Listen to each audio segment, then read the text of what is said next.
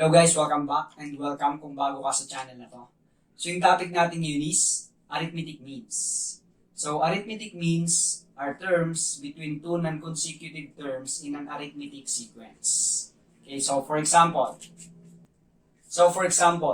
insert two arithmetic means between 2 and 23. So ibig sabihin, yung 2 yung ating first term, and then mag-insert tayo ng dalawang terms. And then yung last term natin is 23. Okay? Yun yung ibig sabihin ng arithmetic means.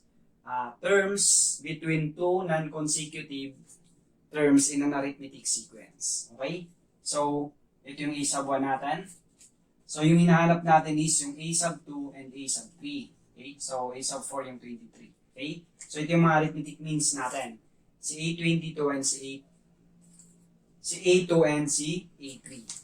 Now, para ma-solve natin siya, kailangan natin makuha muna yung common difference. Okay?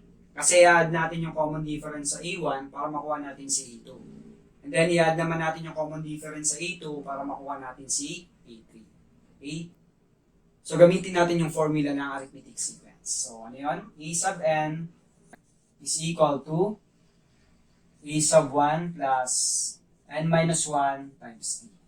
Okay, so natutunan nyo na to. Now, yung hanapin natin is yung si common difference, si d. So, gamitin natin a sub n yung a sub 4. So, a sub 4 is equal to a sub 1, which is 2 plus n. So, n natin is 4 kasi hinahanap natin si a sub 4. 4 minus 1 times the common difference. Now, alam na natin si a sub 4, that is 23. So, palitan na natin ito ng 23. So, okay? Then, simplify lang natin.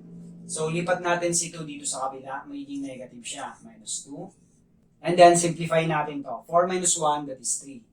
Times d, so 3d. Okay? 23 minus 2, that is 21. So, equal to 3d. Then, para ma-solve natin si d, divide lang tayo ng 3. So, cancel na yung 3. Therefore, d is equal to 21 divided by 3, that is 7. So, nakuha na natin si common difference. Now, masosolve na natin si A2 and si A3. So, A2 is equal to A sub 1 plus 7. Okay? I-add lang natin yung common difference para masolve natin si A2. So, therefore, A2 is equal to a sub 1, that is 2 plus 7. So, that is equal to 9. Okay? And then, okay, so 9. And then, si A3 naman is equal to a sub 2 naman plus the common difference, 7. So, a sub 2 is equal to 9, then plus 7. So, a sub 3 is equal to 16. So, therefore, 16 yung A3. So, yung arithmetic means natin are 9 and 16.